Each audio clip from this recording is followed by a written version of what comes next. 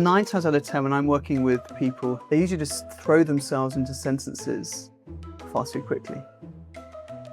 And of course, the impetus to then pick up speed, you just get quicker and quicker and quicker and quicker and quicker. And this filler word tactic is your brain almost telling your tongue, well, just slow down. I'm going to throw some random words at you just to try and put the brakes on. Myles, welcome to the show. Joe, great pleasure to be with you. Thank you so much for having me. It's a pleasure. Now, Myles, it seems that everyone under the age of 35 has seemingly lost the ability to not say like every fifth word. Is that curable, or are we collectively a lost cause? Oh, it's 100% curable. We're certainly not a lost cause, I'm happy to say. It's an interesting observation under the age of 35. I'd probably make it slightly higher, probably about 45, I would say. I think certainly some of my cohort fall into that particular trap. I'm almost 40, just to put that out there. So Don't look a day over 25, Myles. I knew this was a great idea doing this morning. What a fantastic way to start the day. I feel amazing. So it is a problem, this sense of the filler word, which is like falls into that particular category. And it falls into that main trap of when your brain can't keep up with your mouth. Usually people are speaking too quickly to begin with. And that's a very rough rule of thumb when it comes to filler words. Because as you know, Joe, it's not just like, it's basically, literally. And that's the other one that jumps in all the time, literally. I was on the roller coaster of my life, literally, all those sorts of things. So it's an interesting observation because in one sense, it doesn't really make sense in a sentence. To drop the like in is a peculiar one. Now, if somebody does it just once or twice in a paragraph, I think we can sometimes just let that slide. But when it comes every other word, that's where an issue starts to appear, I would say. Because sometimes, and I can't help it just because of the job that I have and the coach that I am, I'm sure that you're the same as well. When you notice it, you can't stop noticing it. And all that happens is you stop listening to what they're actually talking about, and then a mental tally crops up in your head going, okay, that's 7 likes in 4 sentences. This is going to be a tedious conversation. And it just ultimately just undermines what that person wants to say. And once it undermines their message, it just starts to chip away at any confidence and indeed status that they are trying to push forward. It's interesting, the noticing aspect, because I was watching, I don't often do this, BBC Breakfast. It just so happened. I was in a hotel, and You're a brave man, Joe. when you're staying in a Premier Inn, it's basically rude to not deploy BBC Breakfast. And they had 2 people on, and one was a younger lady and one was an older politician. And as you can imagine, the older politician, very eloquent, erudite in his points. And when they asked the younger lady her opinion on the topic, she started with, like, and no matter what she said from there, she was facing an uphill battle, I felt, with all of the viewers at home, because what she was saying was completely crumbled in a way from the very start. It's a really good observation. And I think, again, this sense of people speaking too quickly, it's not just speaking too quickly within the sentence, it's starting the sentence too quickly itself.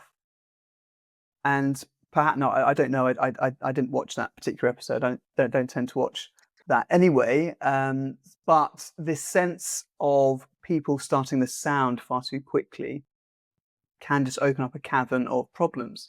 And perhaps the politician chap who's on BBC Breakfast perhaps took a moment before he started the sound. And it could have been a second, 2 seconds, or just a looking up to gather and then start. There's lots of little different techniques people do.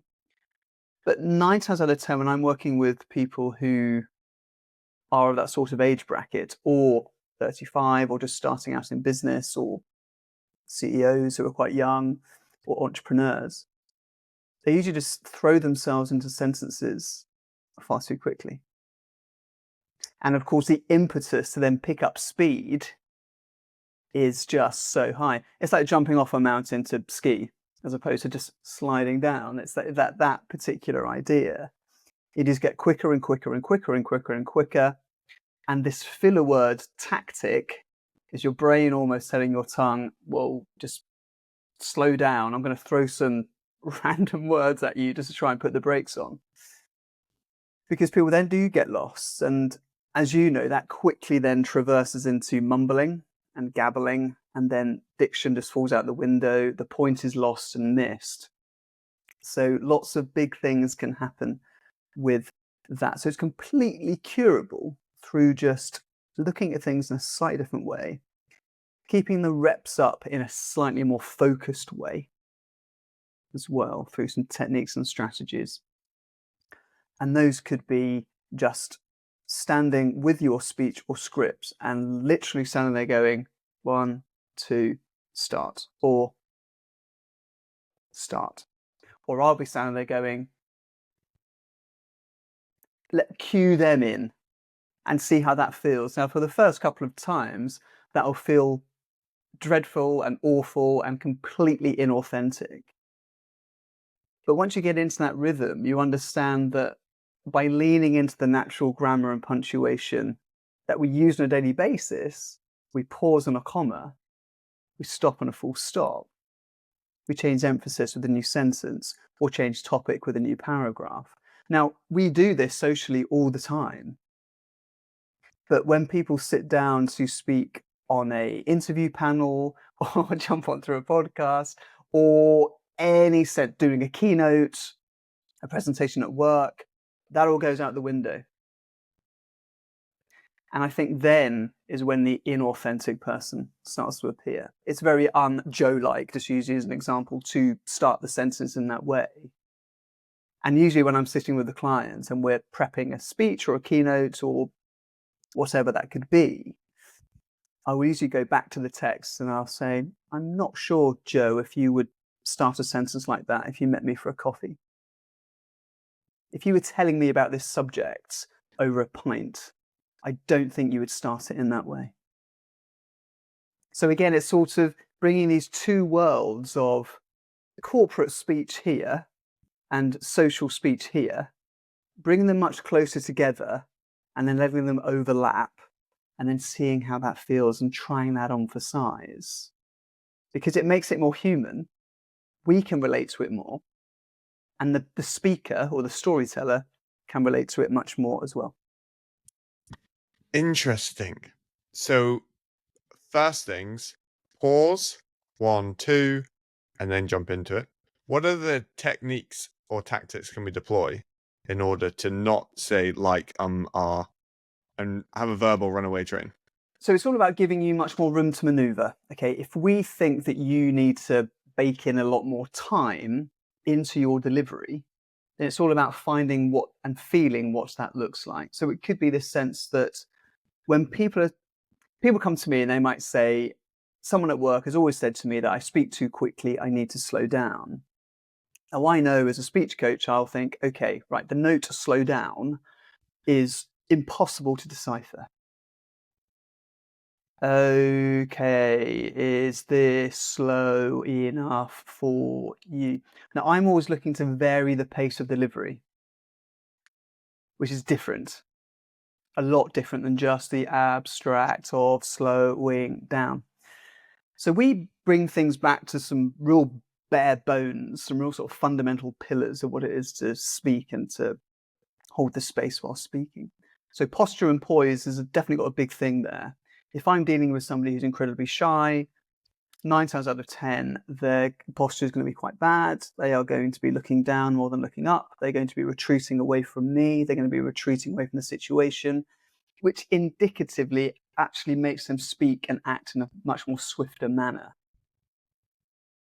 So we're looking to make their world a lot bigger because the higher status person, shall we say, and this could be a characteristic person in your mind as a president, a king, a bank manager, a CEO, whatever, a caricature of a person. They're probably very big and they're holding the space. They're definitely operating in a wider sphere. And when you operate in a wider world, you dictate the tempo. If I'm sort of shrunk down here in a small world, then all I want to do is get away.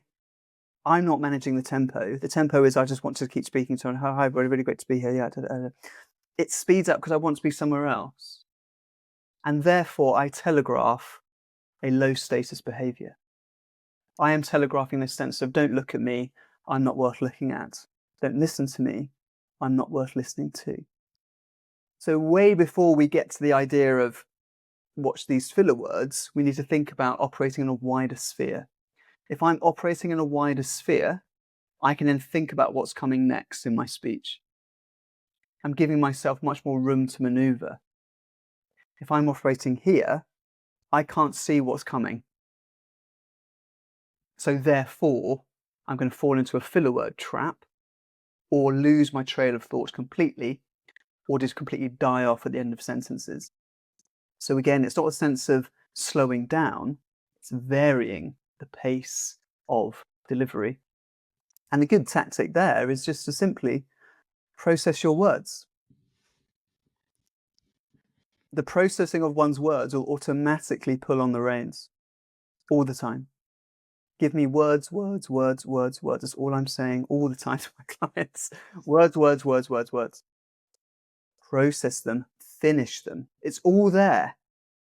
As Churchill said, the great and glorious thing, an English sentence. It's all there. Throw it away at your peril. It's interesting, though, because being underconfident, being small, being shy, that's not a new thing. Nope. And if the knock-on effect of being small, unconfident, and shy is the deploying of the filler words or being super fast, then how would you explain then the older generation, for example? So my grandparents, if I ever spend time with them, which I do, and it's great, they don't say like in their sentences, but surely we don't have a generation of super confident, high status people from age of 60 up.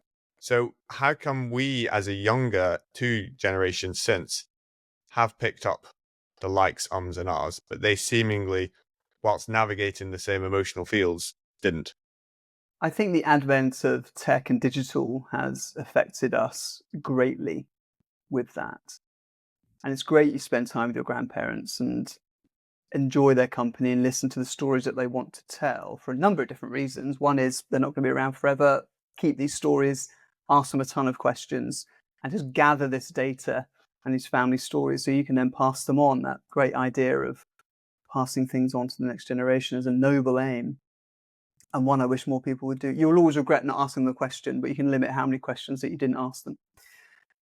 They probably, when they were at school, there's probably more of an impetus for reciting poetry, reading out loud, standing in front of the class, a better relationship with the text, I would say, as well, a more sort of interesting study into the language of what we're using and the variants of those examples that they would have used. They probably looked at Chaucer as well as Shakespeare and all the way to War and Woodhouse, that lovely sort of transition there. So they probably got the reps up without realizing they got the reps up. And of course, there wasn't instant messaging and texting. So you would have to ring somebody up on the phone or go to the boss's office, not just send them a Slack. Hi, have you got 5 minutes? You know, this sort of thing. It's much more visceral, because it's much more personable, which means you're really taking yourself out of your comfort zone earlier, I think. And of course, there's lots of variances. This is a very sort of broad brush stroke. I appreciate different levels of schooling and where you are in the country, demographics and all that sort of thing. So, but they would have had more of an access to the pure text of what that would be. And I think the digital nature, the advent of social and everything, encourages your focus down. It's indicative you've got your phone, you're looking down. I mean, how many, you just walk down any high street and it's focused down. You usually walk into more people than you walk past. So the impetus is here, whereas before it was up here, because you would see your neighbour, see your chum, see your colleague, lock eyes with them. And it's funny, if I'm working with somebody who is fairly young in a big corporate office, and we're talking about focus and posture, I'd always say, look, after this session, next time you go to the loo or walk to go make a cup of tea and somebody walks towards you, look at them in the eyes and just react. Smile, nod, say hello. Don't just sort of look down or let them walk past you, as what tends to happen in a corporate office. You'd have a great conversation or a meeting with somebody, walk past them as they've come out of the toilet and nothing is said. So again, it's sort of fronting up to this idea of interaction and just being much more human with people. So I think digital's got a great impact and a lot to answer for with a particular generation.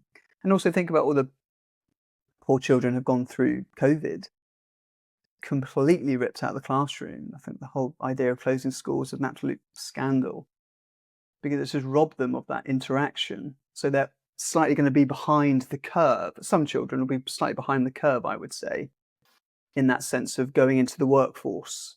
And they'll be going into the workforce, what, now or next year when they're 16, 17.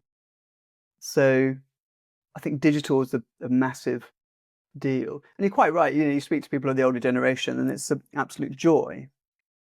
And I think asking those questions about not just what did you do during the war, granddad, that sort of thing. It's questions like, what did you have to give up to do this? What did you really want to do when you were 8 or 9? It's incredible. It's absolutely incredible. I had a great relationship with my grandfather, who was 96 when he passed away. And he was born in 1913. So, and I would just sit there as a sort of 20-year-old or even younger and think, you were born after the Titanic went down, the year before the Great War started. Horse traffic was the main traffic on the, not even roads, just like, dusty tracks. And you think everything they would have seen and the wealth of stories that were just within every element of that, The talking pictures, it was silent movies for a large proportion of his formative years, Can you imagine going to the cinema and seeing the jazz singer with Al Jolson and him talking? It would have been sort of blown your mind. It's absolutely insane. So, yeah, to answer that question in a very long-winded way, I think digital and social has a massive impact on that. And again, taking away the sense of reading in front of classes. And I think also the advent of television as well, and people not sitting around the dinner table and talking things through. There's always a telly on in the background. You've only got half your ear and half your focus. The dinner table is a great training ground for navigating conversations. I was a very shy schoolboy. But I would always be trotted around with my parents and my brother to dinner parties and things. And you just got to hold your own. And it is an absolute battle. And my brother is 10 years older than me. So my parents are sort of next generation up from some of my chums at school. So I would be sitting in a room when I was 7 and they would be sort of in their 50s and 60s. Thankfully, I had a great passion in classical cinema and theatre, so I could sort of hold my own in that regard. So that element is a really interesting one as well, the dinner table conversation. How much do you think is it nature versus nurture when it comes to these things? Because just when you were talking there, I thought, I'm a pretty extroverted person as far as things go. I love talking to people. I've had the pleasure of being best man twice, and I just love standing up and giving the best man speech. Most people hate it. And I thought, it's just natural. I'm pretty extroverted. But then when you're talking about the dinner table, we used to have I'm the youngest of 5 children, and we had pretty raucous conversations at the dinner table. And we would have to stand up on the chair sometimes and present some, I don't even know, some weird topic or whatever conversation or debate we were having. You'd have to stand up on the chair and present your case to the table. And my dad always used to say, "Preacher's voice, son," in like a ostentatiously Victorian accent. And I was thinking, oh wow, actually maybe my extroversion, maybe my ease, as it were, of speaking to people and maybe even presenting is more nurture than it is nature. What do you think? I think definitely nurture, definitely. I think that's great. I love that preacher's voice. I'm definitely going to pinch that from your dad. This again, you would have embraced the art of play a lot earlier than perhaps some other people, and I can completely appreciate that because I did as well from a young age, just mucking around with my father. You know, he was or he is a great improviser, although he would never give himself that label. So he would always, and my mother does it now, drives my mother up the wall. But if my mother will say a line that just happens to come from a movie, he will run with that and will suddenly do a sort of 5 minutes from that particular film or that particular musical or something along those lines. And I remember vividly just sort of improvising with him in the garden playing. And he would do this one where he sort of come up to you and sort of claps in your arms, like dying, and he'll go, "The money, it's in the safe, and the combination is 7." Oh, I'll go, "What is the combination?" You know? So those sorts of ideas. So again, in line with your preacher's voice element, you would have been exploring, "Hello, everybody," that sort of very sort of John Gielgud style of acting. You know, Old Vic Company, Alec Guinness, Ralph Richardson, Olivier, or those glorious figures, and just inhabiting that idea. So for you then to stand in front of a room officially, shall we say, or in a professional capacity, the leap wouldn't be quite so far. So that element of play there has really, really helped you out. And it's great that you don't shy away from these opportunities. Similar to me, it's great to get up and tell your story, and your impetus isn't, "Oh my God, I've just got to get through this." It's, "I've got a great story to tell, and I cannot wait to tell it." That's a much better motivator than the vast majority of people of, "I hate public speaking. I want to do this as quickly as possible and sit down again." And it just makes the whole exercise completely redundant and hugely abstract as well, nay, pointless. I think, though, that it is still difficult, and it's not as though I can speak to anyone at any time, sort of thing. Although I say that I do try to. So, in just in what we were talking about earlier about the technology aspect of things, I was in London last week, and then I was in Northern Ireland at the weekend. It's so easy to sit on the train and just look at your phone. It's so easy to sit on the flight and just look at your phone. Like, Yeah. and it's way more engaging a lot of the times, and you don't have that initial starting of a conversation. But I thought, you know what, I'm gonna really try this time. So when I was on the flight over to Northern Ireland, I was sat beside a guy, and well, Emily, my wife, was sat at the other end of the plane. We didn't pay the £7 for sitting together. We'll just buy a drink when we get to Northern Ireland. Boy, I like that, man. And I was sat beside a guy, and I thought, well, here we go. We're on the plane for like 45 minutes together. Let's at least strike up a conversation. And then I had 45 minutes of really interesting conversation. And we didn't talk about necessarily anything specific, but he told me a bit about his life. I told him a bit about my life. And there was a connection.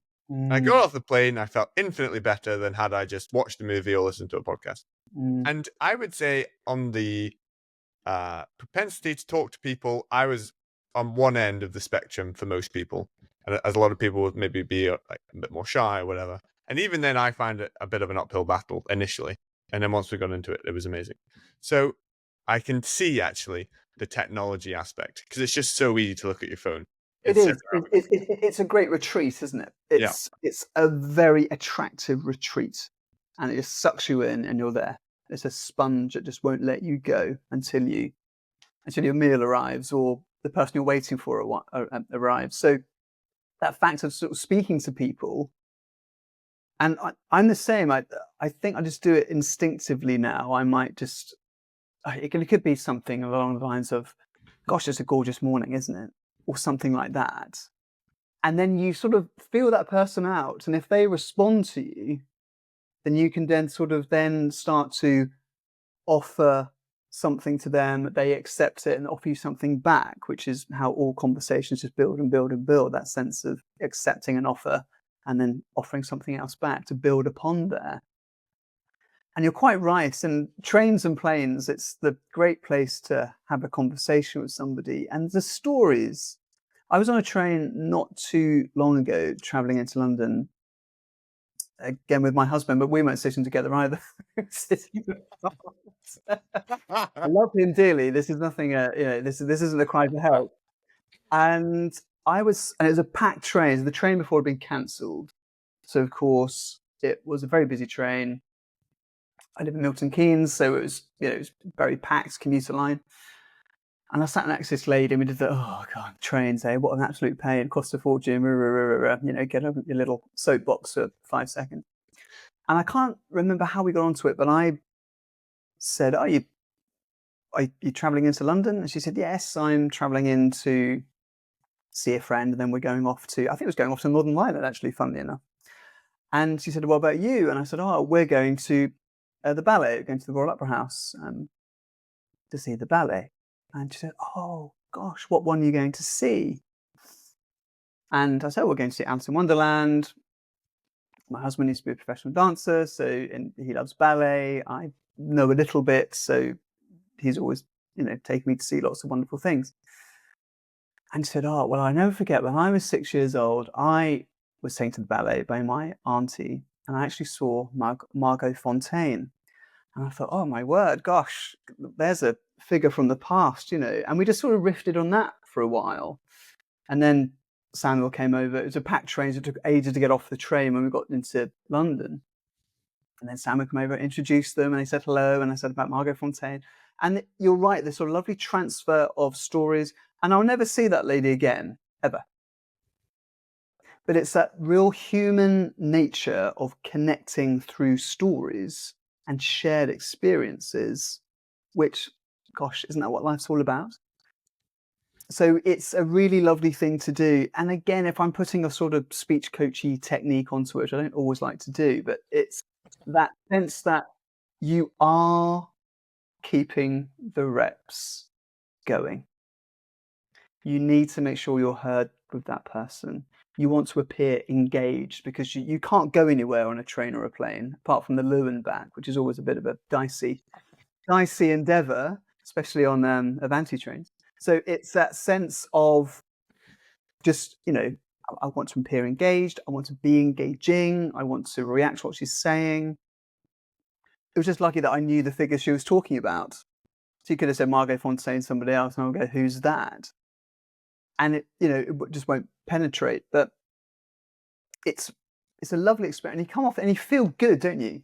You feel great. Yeah. You suddenly walk a bit taller and think, that was amazing. That was really, really special. That was really, really special. I don't know have you ever seen the film Genevieve? No, sorry. It's a film from the 50s. It's one of my favourite movies. It's a real British comedy, 1953. Kenneth Moore, John Gregson, Dinah Sheridan, and Kay Kendall. And it's all about the London to Brighton classic car rally. And Genevieve is the name of this very old car from the turn of the century, or turn of the last century, I should say. And they are racing back, him and his pal, John Gregson's character and Kenneth Moore's character, are slight rivals. And it's never ever been a race, the London to Brighton rally, as I'm sure you know, but they make it a race just to get back to London. And there's a scene where they're coming into London. It's lovely seeing all these old films about London, because you think you'd never drive like that through London now. And he is stopped at a traffic light, or a traffic police officer regulating when they used to do that, all this sort of thing. And he's waiting just to get going. He's going, right, I just got to go. Once the policeman says go, I'm going to fly off and win this race. And this old chap comes out of the shop, and he looks at the car and he goes, a Derek. Oh my word, I haven't seen one of these for years. And John Gregson's going, yeah, it's really nice, yeah. And the chap is saying that, oh my word, I did my very first car that I owned in 1902, and I actually proposed to my wife in this car. And throughout the conversation, and the fact that John Gregson wants to get away, but he's also been trying to not be rude, the policeman actually goes, "Come on, it's time to go." But John Gregson just sort of lets himself slide into the conversation, just as the policeman then stops them again and then gestures the traffic so he can't go. And he just sort of melts into the conversation with this man. And John Gregson knows he's going to lose the race. And he just sort of leads into the conversation. He said, "Look, what are you doing at the weekend?" And this chap said, "Oh, I don't think I'm doing anything." And he said, "Look, why don't I drive to you and you can take the car out for an afternoon and perhaps take your wife out for the afternoon." And the chap is so overcome. He said, "Oh, of course, I've got a card here somewhere," where people used to have calling cards. Gave him a card. And it's just the most it's quite emotional, actually. It's a really emotional point in the movie. And it's just a beautiful illustration of that lovely transferring of conversation and life being the race, just sort of dimming down and heightening this sense of connection with somebody who has just seen the car that he hasn't seen for about 30 years. And it's just a really beautiful moment. It's a great movie as well. I encourage you to watch it. It's really good. It's very fun. And it's a real sort of British classic. It's lovely. And it's just a lovely moment. And I always find it really emotional to watch that little moment, but it's just because it's so beautiful. It almost highlights what we were talking about here, which is the reason why I've bored you with the story. But it's a really lovely little moment. I think those little moments, be it racing back from Brighton or on a train or on a plane or whatever, it's free practice. It's practice without consequence. So, and if you do, as you said, enough reps, enough spontaneous conversations with people, by the time you walk into the boardroom, by the time you go on the stage for a presentation, you just feel so much more confident. Like, well, I've done this like a million times, so it's completely fine. It's just a very interesting frame of it's practice without consequence because you're never going to see the person again. And it's completely free. It's also highlights your preacher voice conversation. Again, that sort of drumbeat early on would have just really echoed and formed a beautiful foundation to where you are now. And it's absolute joy to hear that you love chatting to people on trains because, Joe, there aren't many people who do. I can tell you that with some authority. There really aren't. So it's wonderful that you do that. And again, if you think back to your parents' generation or your grandparents' generation, the act of parlor games and having a act that you could do at Christmas or high days and holidays or Whitsun weekend or Empire Day or whatever, this sense of just getting up in front of your family and delivering a recitation or a comic monologue or something. And again, with my grandfather, his head was full of fantastic poems, like from real sort of Victorian poets, but really super long, like almost sort of 12, 14 stanzas, and he would just rattle them off. And he wasn't from a sort of Oxbridge higher education background at all. This was just things that people did. So again, that sort of low level experience echoing through the ages. And I would just sit there and think, God, how can you remember all of that? And I would say to him, when did you first hear that poem? And he said, oh, somebody had it on a gramophone and they were just playing it. And I think I just scribbled it down from there. And it's beautiful. So again, you would have that act to do. And you are instilling the ideals of spontaneous speech, but also improvising in a situation. You start to relish the wonder and joy and the weight in words, and you won't just throw them away for the sake of. So the act of speaking for the sake of speaking, which is what small talk is. So when I'm talking about the weather with somebody, when I'm sort of feeling them out before I bore them to death about a British film, it's that sense of warming through with small talk. And I'm not anti-small talk. I am if it goes on for 40 minutes. But it's that sense of speaking for the sake of speaking. We know that as a long-term objective and strategy, it's probably not the one to bend into. So we're instilling those ideas of spontaneity early. The spontaneity of speech and the fluency of thought is the beautiful marriage that we all want all the time when we're delivering our stories to a room. Like these thoughts are just happening, which is what happens when you go and have coffee with your good chum. You don't have your set script. Like us chatting now, we don't have a set script. We're just sort of reacting to what each of us is offering the other.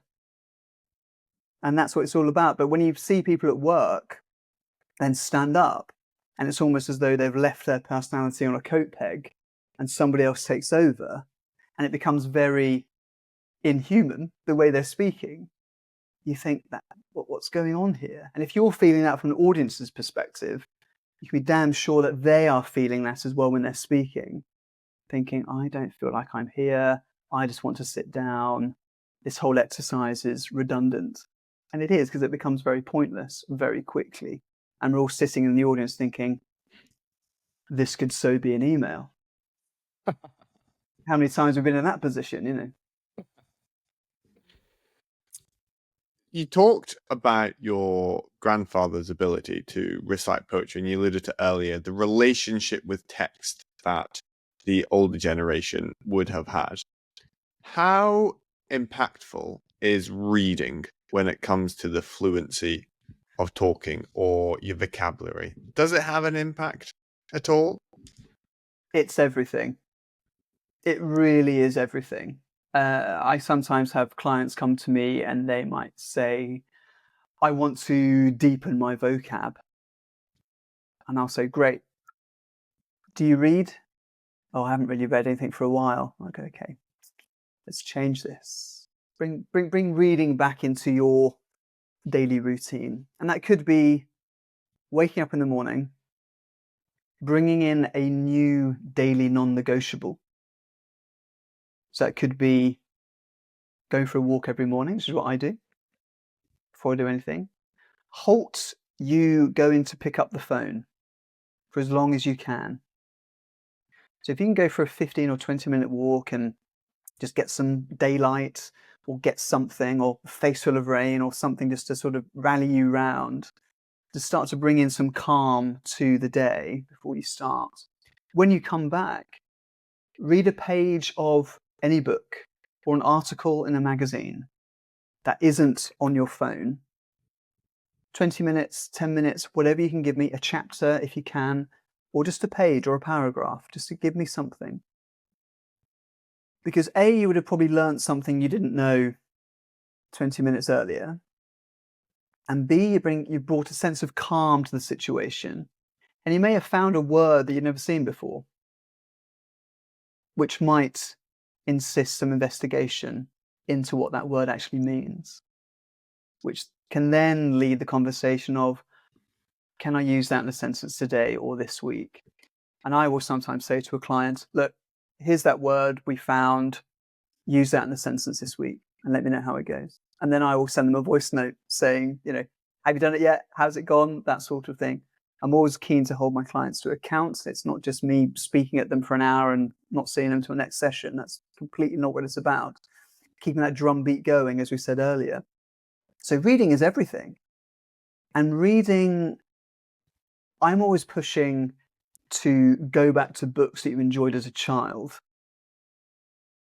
So sometimes books from an earlier generation. And I was a big reader of the Just William books when I was younger, and they were written in the 20s. And they were children's books. But the sentence structure is so sophisticated. I'm not sure many 7-year-olds now would potentially cope with it. I'm sure they'd be absolutely fine with it. It'd just be slightly tricky to get over that first hurdle. The sentence structure is so brilliant and sophisticated, but also the stories are brilliant as well, and the relationships and the characters are fantastic. C.S. Lewis, everything along those lines too. Roald Dahl, for heaven's sake. Harry Potter, you know, beautifully written. A real joy to read. So reading it and then reading it out loud is also something we do. I was working with a client the other week, and one of our sessions we read the entire first chapter to the first Paddington book. And it was great because, again, the sentence, and that was from the 50s, so the sentence structure is, again, slightly moved on slightly, but it's still very sophisticated.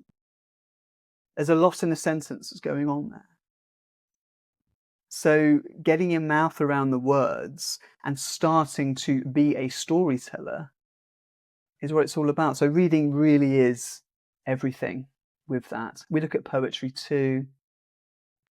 Poetry and children's books insist that you are emotive and expressive. It's very difficult to read a children's book to a child who's going to sleep in a very monotone, once upon a time there are 3 bears and a 3 bears. It's tricky to do that. I'm not sure many people would do that, but these could be the people who think, I hate public speaking, I'm not very expressive, and yet I hand them the Beatrix Potter book and they're reading the tale of Peter Rabbit to their nephew or niece or son or daughter, and they suddenly become an amazing storyteller. And you think, yeah, of course you can do it. You've just done it. And that idea of really leaning into that expression and that emotion. And of course, poetry is even more pertinent than sometimes reading children's books, because poetry in itself is an emotive art, stripping things back to the bare sinews, laying down your emotion on the line and then reacting to those particular moments. So, yeah, reading is everything. It really is. I'm sure you're a great reader, Joe. Well, you try your best. I do. I love biographies and autobiographies. And it's interesting. I was literally having this conversation last week with Emily. And for some reason, John Ruskin has been coming up a lot in this podcast. I don't know how. And I've been reading Ruskin, and my life, when it comes to peak Victorian writing, it's just through the roof with his deployment of language, his sentence structure. And I notice after I read Ruskin, I'll be having a conversation with Emily, and I'll just, instead of saying, I'm making up as I go along here, but instead of saying, oh, yes, my colleague wasn't very happy, I'd be like, yes, his countenance was mild. And I'm like, wait, where did that come from? So I completely agree. I think reading is everything. Do you think, though, would you, obviously, I love the reading something that you enjoyed as a kid. But if I were to read, I read a newspaper at the weekend and I wasn't as inspired as I would have been reading a chapter of Ruskin. So is reading something modern, an article or something, is that just an entry level, or is that as valid as reading something else? I think it's an entry level. It depends what it is. It's a good entry level objective to get into that. But then, of course, people don't really have newspapers or magazines lying around so much these days. We do here at home, more magazines really. So we'll have The Spectator. There's usually a Country Life that's been handed to us by my parents or something. And Samuel's a big fan of trains. There's usually a train magazine looking around somewhere. So there's something, or the Rake magazine is another one we subscribe to. Their articles are always very good. Sounds like our living rooms are exactly the same. I have all the Rakes that were ever published. Really? Yeah. I collected them through eBay finds over the years. And I had the good fortune of speaking to the editor on the podcast. Tom Chamberlain. Yeah. Yes. Did you get his book on Huntsman? I haven't as yet, because I'm a bit stingy, if I'm honest. Hey, it's fine. Times are tough. Friends with you. Completely understand. It's worth getting. It's a nice coffee table book, but it's also the copy in there is very sound and very good. Yeah.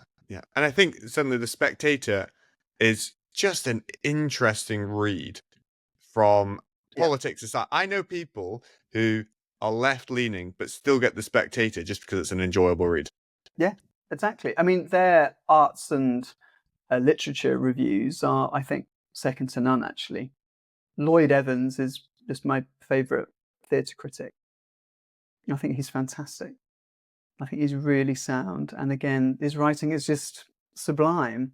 So those sorts of elements are really good to lean into. The articles are very well written, of course, and you might not agree with them, and that's fine. I'm not asking for you to agree with everything that you read. But just to read something and then read it aloud potentially is a nice act, as opposed to getting the screen. So this delaying of picking up your phone is again where the magic happens, I think. Because as you know, Joe, more than anybody, as soon as you jump onto your laptop, pick up your phone, you're in work mode. You're sifting through emails. You're rattling through things that you need to do. Your to-do list is building. So you have to bake in these moments.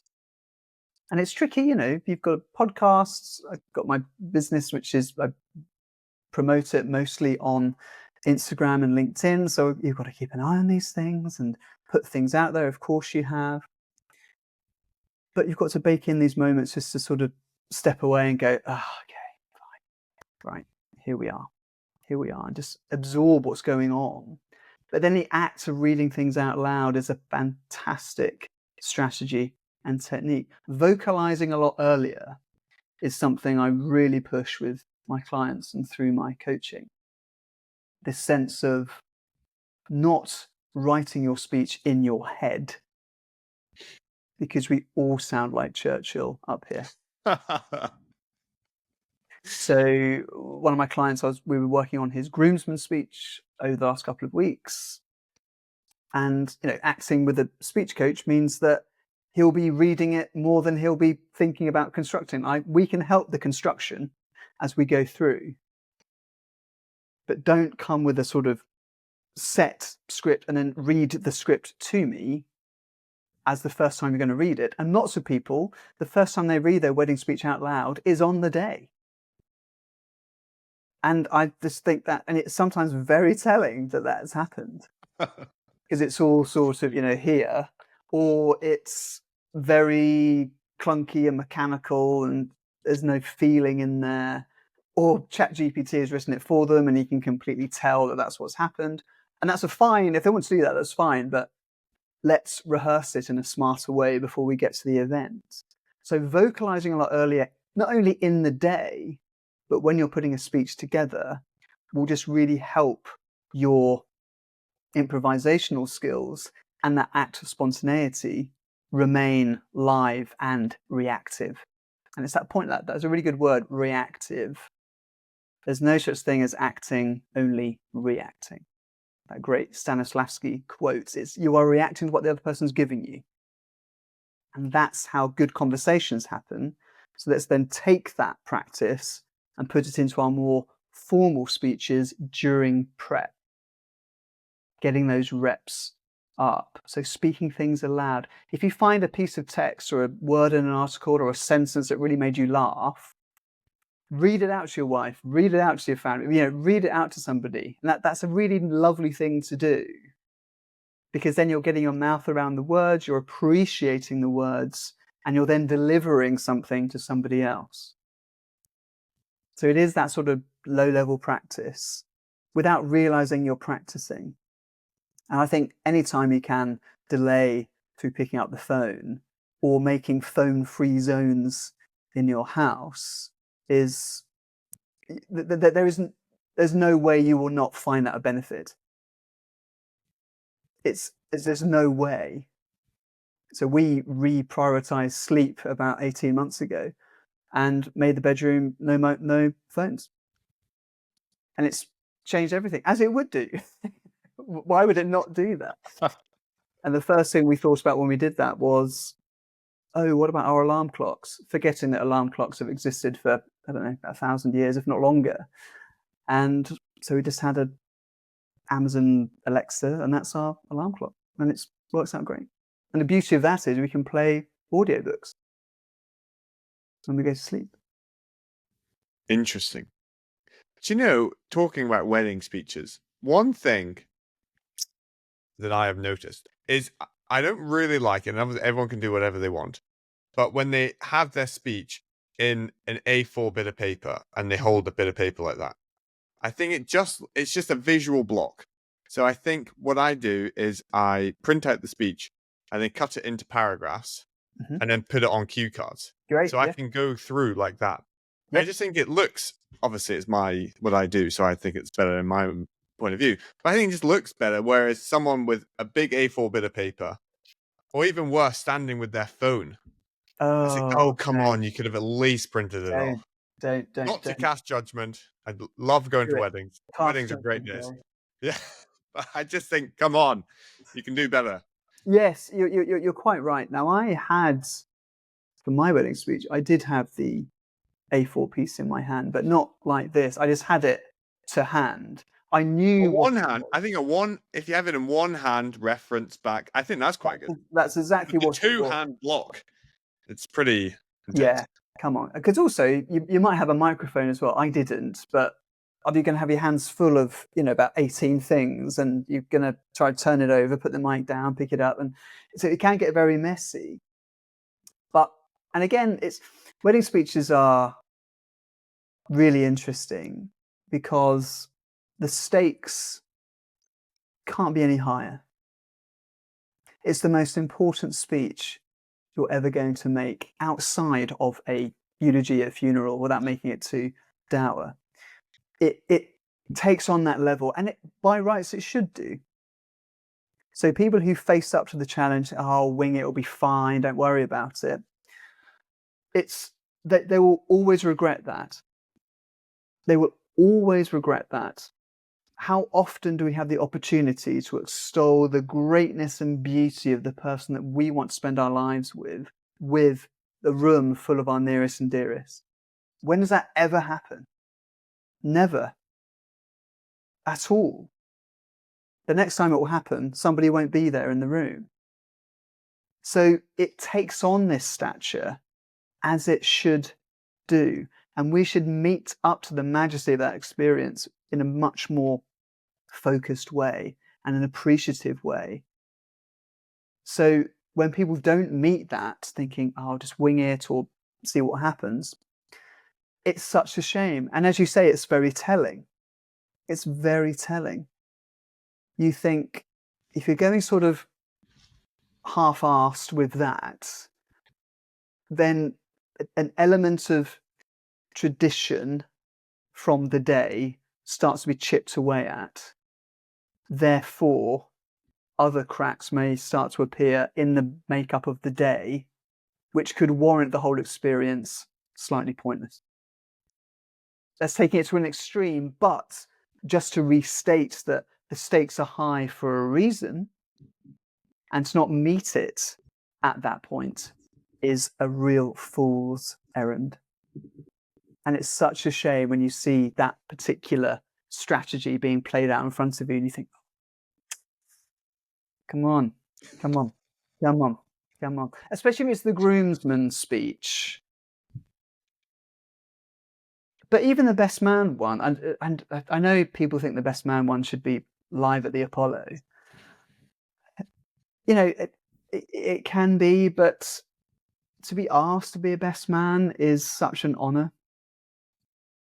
It really is. And it's such a difficult decision to make for some people. That's why they have sometimes like 4 best men and the speeches go on for days. But it's not to be met in a sort of, oh, this is going to be hilarious. I'm going to make a real funny gag, here. Yeah, fine if it works, but I always say lean into the heartfelt over the hilarity, and you might find that you are instinctively humorous or witty just through that particular act. Or the story or the anecdote that you're talking through is in itself pretty amusing. Let's just look at it in a slightly different way.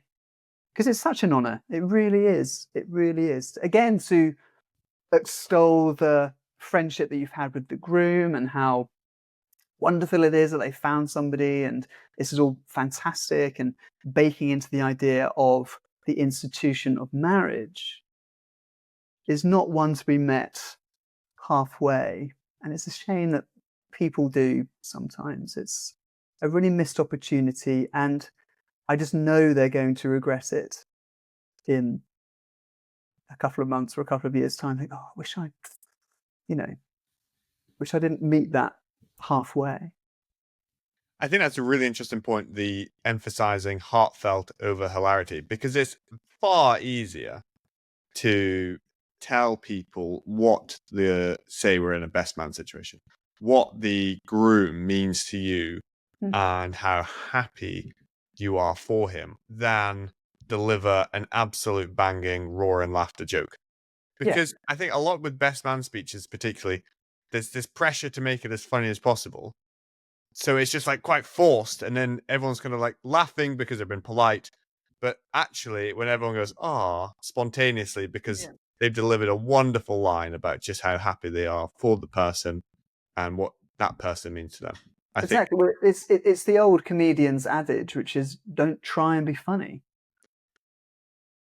If I go in and think I've got to be hilarious, then I make the stakes very high, but also very impenetrable, really, because it's so abstract. And again, when I'm working with some of my podcast clients and CEOs, and they are working on a keynote or a live show, they might say to me, yeah, but it's got to be original and interesting. And I think, well, yeah, I get it, but you're raising the stakes so high, you just can't reach that point. If you think every single sentence has got to be original and interesting, the stakes are so high, the opportunity for you to be original and interesting is really low.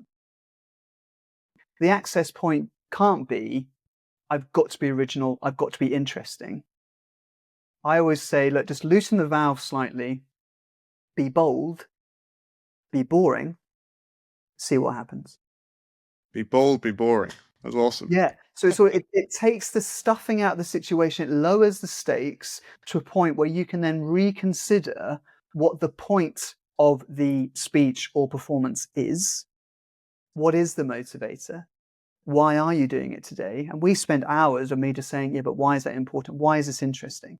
Why can't this be an email that you send to the audience? Why have you insisted that you stand up in front of a room of 100 people and we're all sat in rows like the Colosseum or a forum for you to deliver this message?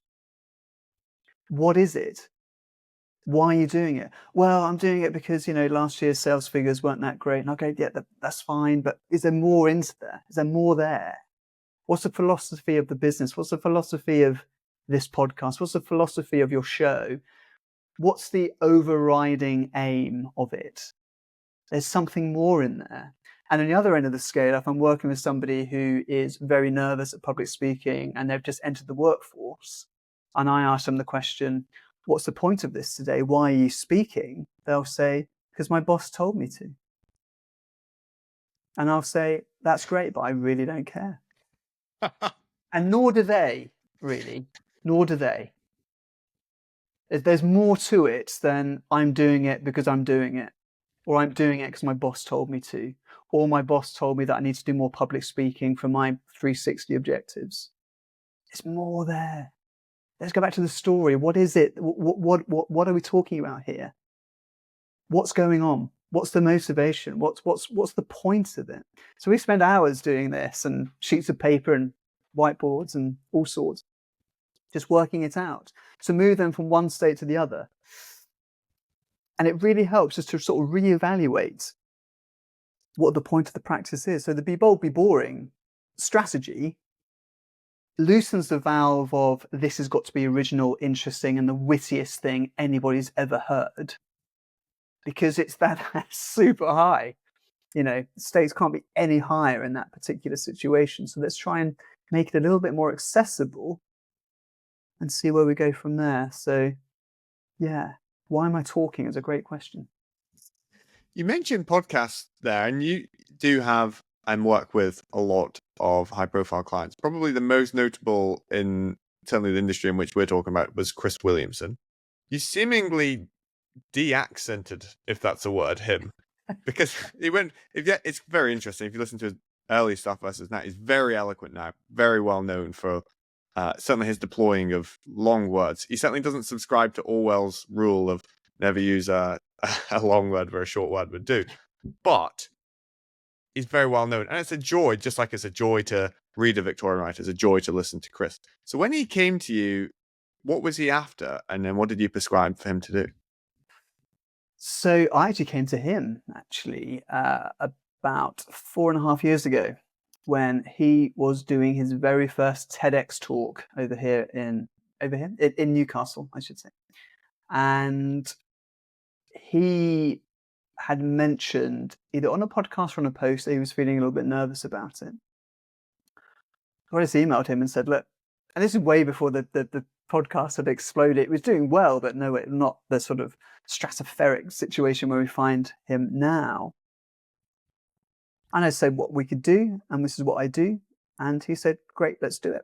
And we then worked together for a long period of time ahead of the TEDx talk to just look at this idea of holding the space, the authority of a pause, really leaning into the sense of not saying anything, thinking about what the point of the presentation was, and going through some of the construction of the wording and the copy, and then just rehearsing it in a very focused way. He realized that, or he knew, I think, that anybody at the top of their game has a speech coach within their armory of consultants.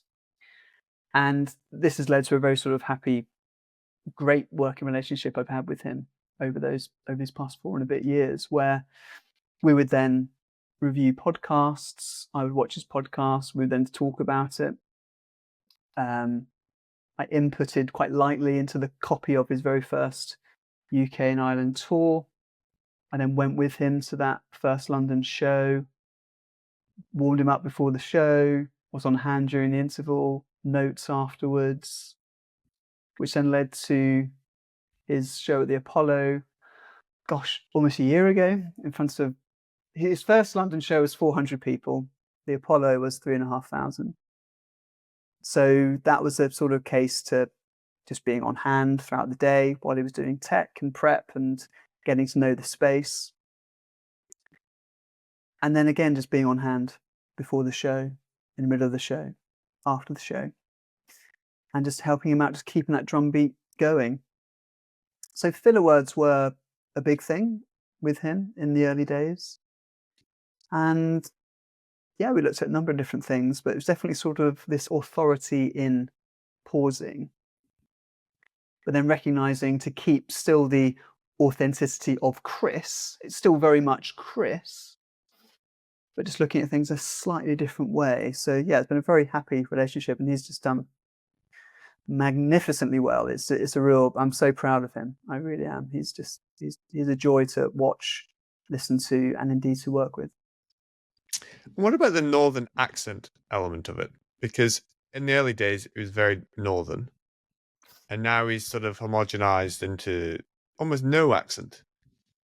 Is that related to his careful choice of words? Is that related to what he's putting out there? Why is that? We certainly didn't go into it looking to iron out his northern brogue, as it were. But just instinctively, through going through some strategies and techniques and prepped focus and focused warm-ups and preparation, it's indicative that there will be a slight change to how he's looking to formulate those words. And of course, with his transference across the pond, it's even more important to consider the words we're using and how we're using it so people can hear what we're saying. And that was really one of the sort of basic elements when we first started working together, not just with Chris, but other high profile podcasters I'm lucky enough to work with. It's that sense of what is good diction? What's the point of it?